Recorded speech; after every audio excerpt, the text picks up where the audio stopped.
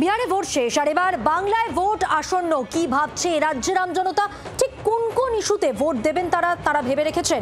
জি 24 ঘন্টায় মতামত জানালো পাবলিক, শুনুন।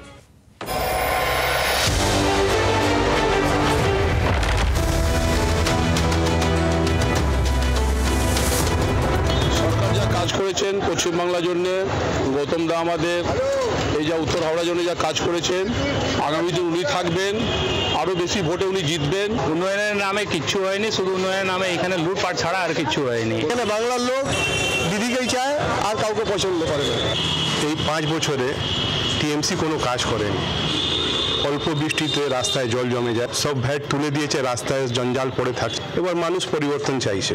আগামী বহু বছর তৃণমূল সরকারই থাকবে, আমরা আশাবাদী। তৃণমূলকে 15 বছর দেখলাম, ওরা কি করেছে না করে সব দেখলাম। আমরা চাইছি যে উন্নত মানের ভারতীয় জনতা পার্টির সরকার আসুক, মহিলা সুরক্ষা হোক।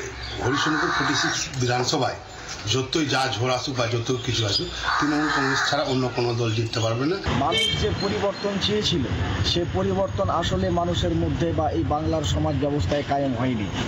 হয়েছে শুধুমাত্র দুর্নীতি, তোলাবাজি, শিক্ষা ব্যবস্থাকে নষ্ট করেছে, স্বাস্থ্য ব্যবস্থাকে নষ্ট করেছে। 26 বিধানসভা ইলেকশনে আমাদের বাংলায় যে সরকার আছে সেই সরকারই থাকবে।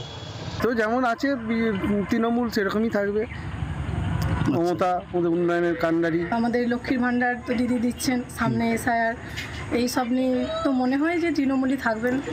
তৃণমূলই থাকবে, তবে তৃণমূলের সংগঠন অনেক পিছিয়ে গেছে, অনেক পিছিয়ে গেছে। শাসক দলের আসন কমবে কিনা বলতে পারছি না, তবে বিরোধী দলের আসন বাড়বে। বাংলার আওয়াজ, বাঙালির আবেগ, জি 24 ঘন্টা।